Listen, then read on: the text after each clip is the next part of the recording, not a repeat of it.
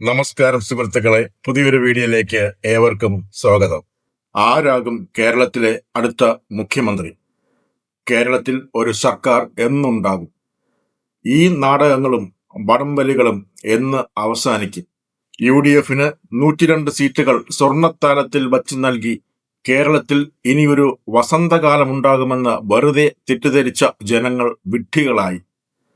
കോൺഗ്രസ് അണികൾക്കിടയിൽ തന്നെ കടുത്ത നിരാശയും രോക്ഷവും ഉടലെടുക്കുന്നുണ്ട്. First impression is the best impression എന്നാണല്ലോ തുടക്കത്തിലെ തന്നെ കല്ലുകടി. ഇത് വരാൻ പോകുന്ന ദുരന്തങ്ങളുടെ ആദ്യ സൂചനയാണ്. പാർട്ടിയെ മറന്ന് അധികാര കസേരയുടെ അപ്പക്കഷ്ണങ്ങൾക്കായി കടിപിടി കൂടുന്ന കോൺഗ്രസ് പാർട്ടിയുടെ കൈകളിൽ കേരളം ഭദ്രമാണോ? പരിശോധിക്കാം എന്റെ നിരീക്ഷണത്തിലൂടെ.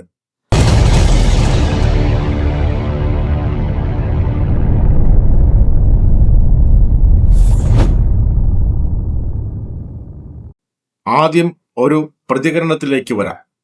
മുഖ്യമന്ത്രി കസേരയ്ക്കായുള്ള ചേരിപ്പോരിനെതിരെ കരുനാഗപ്പള്ളി നിയുക്ത കോൺഗ്രസ് MLA CR മഹേഷിന്റെ ഫേസ്ബുക്ക് പോസ്റ്റിലെ വരികൾ ഒന്ന് വായിച്ച് വരാം. ധർമ്മിടത്ത് സാക്ഷാൽ പിണറായി വിജയൻ കുറച്ചെങ്കിലും ധർമ്മസങ്കടത്തിലായെങ്കിൽ തളിപ്പറമ്പിലും പയ്യന്നൂരിലും CPM-ന് പോലും അടി പതറാമെങ്കിൽ ജനാധിപത്യത്തിന്റെ ഉൾക്കരുത്ത് കാണാതിരുന്നുകൂടാ. ഇത് CPIM-ന് മാത്രമല്ല ബാധകം. 50,000-ഉം 80,000-ഉം വോട്ടിന്റെ ഭൂരിപക്ഷത്തിൽ വിജയിച്ച UDF മണ്ഡലങ്ങളിലും ഇനി അത്ഭുതങ്ങൾ സംഭവിക്കാം. അതാണ് ചരിത്രവും കാലവും. പല്ലുകുത്തി മണപ്പിക്കുന്നതിനെയും സുഗന്ധമായി കാണുന്നവർ, നാറുന്നതും മണക്കുന്നതും അറിയാത്തവർ, ജനവികാരം കണ്ടില്ലെന്ന് നടിക്കുന്നവർ, എല്ലാം ഇവിടം കൊണ്ട് തീർന്നു എന്ന് കരുതുന്നുവെങ്കിൽ തെറ്റാണ്. അല്പമെങ്കിലും ഇന്ത്യയിൽ അവശേഷിക്കുന്നത് പോലും നഷ്ടപ്പെടും. ഇത് പക്ഷം പറച്ചിലായി കാണേണ്ട. വിശക്കുന്നവന്റെ, വിയർക്കുന്നവന്റെ, പണിയെടുക്കുന്നവന്റെ, ഈ മഹാപ്രസ്ഥാനത്തെ സ്നേഹിക്കുന്നവന്റെ, ജനാധിപത്യത്തിൽ മാറിയും തിരിഞ്ഞും പാർട്ടി നോക്കാതെ വോട്ട് ചെയ്യുന്ന നിഷ്പക്ഷമതികളായ ജനങ്ങളുടെ ഹൃദയവികാരം പങ്കുവച്ചു എന്നു മാത്രം. CR മഹേഷിനുള്ള വിവേകം പോലും നമ്മുടെ മുതിർന്ന നേതാക്കൾക്ക് ഇല്ലാതെ പോയി. അവസരങ്ങൾ ഇനിയും വരും, തങ്ങളുടെ അവസരത്തിനായി കാത്തിരിക്കാം, ഇപ്പോൾ ആഭ്യന്തരമോ ധനകാര്യമോ ഏറ്റെടുക്കാം എന്ന് ഈ 3 നേതാക്കളിൽ 2 പേർ വിചാരിച്ചിരുന്നുവെങ്കിൽ ഈ മിന്നും വിജയത്തിന്റെ തിളക്കം ചോരാതെ പുതിയ മുഖ്യമന്ത്രിയും മന്ത്രിസഭയും സത്യപ്രതിജ്ഞ ചെയ്ത് അധികാരത്തിൽ വരുമായിരുന്നു. വലിയ പ്രതീക്ഷകളോടെ UDF-നെ അധികാരമേൽപ്പിച്ച സമ്മതിദായകരുടെ മുഖത്ത് നോക്കി കൊഞ്ഞണം കുത്തുകയാണ് കോൺഗ്രസ് പാർട്ടി ഇപ്പോൾ ചെയ്യുന്നത്. സത്യപ്രതിജ്ഞ നീണ്ടുപോകുന്നതിലും കോൺഗ്രസിൽ ഒരു സമവാക്യം വൈകുന്നതിലും മുസ്ലിം ലീഗിന് കടുത്ത അതൃപ്തിയാണ് ഉള്ളത്. ഗത്യന്തരമില്ലാതെ സ്വന്തം തട്ടകത്തിൽ നിന്നും ഇങ്ങ് കൊച്ചു കേരളത്തിൽ വന്ന് മുസ്ലിം ലീഗിന് ആധിപത്യമുള്ള വയനാട്ടിൽ നിന്നും വിജയിച്ച രാഹുൽ ഗാന്ധി, സഹോദരി പ്രിയങ്ക ഗാന്ധി, ഇവർ തീരുമാനിക്കുമത്രേ കേരളത്തിലെ അടുത്ത മുഖ്യമന്ത്രിയെ. എന്തൊരു തമാശയാണ്! കോൺഗ്രസ് പാർട്ടി ഇനി അവശേഷിക്കുന്നത് കേരളത്തിലാണ്. അതിന്റെ ഉദാഹരണമാണല്ലോ രാഹുൽ ഗാന്ധിക്കും പ്രിയങ്ക ഗാന്ധിക്കും ഈ കൊച്ചു കേരളത്തിൽ വന്ന് വിജയിക്കേണ്ട അവസ്ഥയുണ്ടായത്. ഇന്നലെ VD സതീഷിനു വേണ്ടി തെരുവു നാടകം നടത്തിയവർ, ഉമ്മൻചാണ്ടിയുടെ പോസ്റ്ററുകൾ വരെ വലിച്ചു കീറിയവർ ഒക്കെ ഇപ്പോൾ മാർക്സിസ്റ്റ് പാർട്ടിക്കാർ ആണ് എന്നാണ് ചാണ്ടി ഉമ്മൻ ഉൾപ്പെടെ ചില നേതാക്കന്മാരുടെ അവകാശവാദം. തങ്ങൾ വിചാരിച്ചാലും ജനങ്ങളെ തെരുവിലിറക്കാൻ കഴിയുമെന്ന് KC വേണുഗോപാലിന്റെയും രമേശ് ചെന്നിത്തലയുടെയും മറുപക്ഷം പറയുന്നു.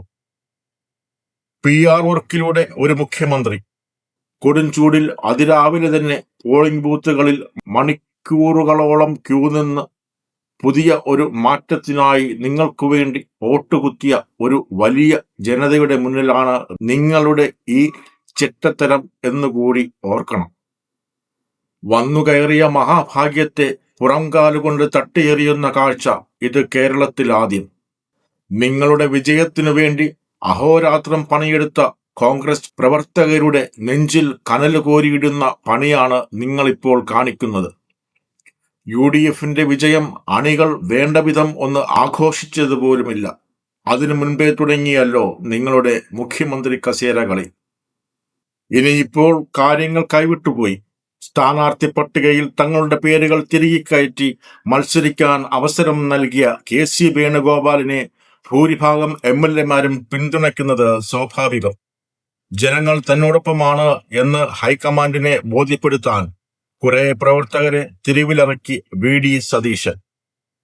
പുറമെ ശാന്തനെന്ന് തോന്നുമെങ്കിലും ശക്തമായ അടിയറ നീക്കങ്ങൾ നടത്തുന്നുണ്ട് രമേശ് ചെന്നിത്തല. ഭൂരിപക്ഷം MLA-മാരുടെ പിന്തുണ ആർക്ക് എന്ന് വിലയിരുത്തിയാണ് ഹൈക്കമാൻഡ് മുഖ്യമന്ത്രി ആരാകണം എന്ന് തീരുമാനിക്കുന്നത്. അതാണ് കീഴ്വഴക്കം. ഈ പ്രോട്ടോകോളിൽ തന്നെ കോൺഗ്രസ് ദേശീയ നേതൃത്വം ഉറച്ചു നിൽക്കാനാണ് സാധ്യത. ഇന്നലെ KPCC പ്രസിഡന്റ് സണ്ണി ജോസഫ് ഒരു ചാനൽ അഭിമുഖത്തിൽ പറയുന്നത് കേട്ടു. ഈ മുഖ്യമന്ത്രി കസേരയ്ക്കായുള്ള വടംവലി ഉണ്ടാകുമെന്ന് തങ്ങൾക്ക് നേരത്തെ അറിയാമായിരുന്നു. മുഖ്യമന്ത്രി സ്ഥാനത്തേക്ക് ഒരു വ്യക്തിയെ മാത്രം ഉയർത്തിക്കാണിച്ചുകൊണ്ട് തിരഞ്ഞെടുപ്പ് നേരിട്ടിരുന്നുവെങ്കിൽ ഇപ്പോൾ കാണുന്ന ഈ പൊട്ടിത്തെറി പാർട്ടിയിൽ ഉണ്ടാകുമായിരുന്നു. അത് LDF ആയുധമാക്കുമായിരുന്നു. അത് ഭയന്നാണ് അന്ന് അങ്ങനെ ചെയ്യാതിരുന്നത് എന്ന്. ഇടയ്ക്കൊക്കെ അബദ്ധത്തിൽ ഇതുപോലെ സത്യങ്ങൾ വിളിച്ചു പറയുന്ന ആളാണ് സണ്ണി ജോസഫ്. വയനാട്ടിൽ കോൺഗ്രസിന്റെ വീടുകളുടെ പണികൾ തുടങ്ങി കഴിഞ്ഞു എന്ന് VD സതീശൻ പറഞ്ഞപ്പോൾ അത് കള്ളമാണ് എന്ന് നിമിഷനേരം കൊണ്ട് തെളിഞ്ഞപ്പോൾ പിരിച്ച തുകയെപ്പറ്റിയും ആപ്പിനെപ്പറ്റിയും അന്നത്തെ ഭരണപക്ഷത്തു നിന്നും ചോദ്യങ്ങൾ ഉയർന്നപ്പോൾ ഗത്യന്തരമില്ലാതെ എന്തൊക്കെയോ കണക്കുകൾ ഒരു നോട്ടീസിൽ കുറിച്ചുകൊണ്ടുവന്ന് പത്രസമ്മേളനം നടത്തിയ KPCC പ്രസിഡന്റ്. അപ്പോഴാണ് ഞെട്ടിക്കുന്ന ആ വിചിത്രമായ കണക്കുകൾ കോൺഗ്രസ് പ്രവർത്തകർ പോലും അറിയുന്നത്.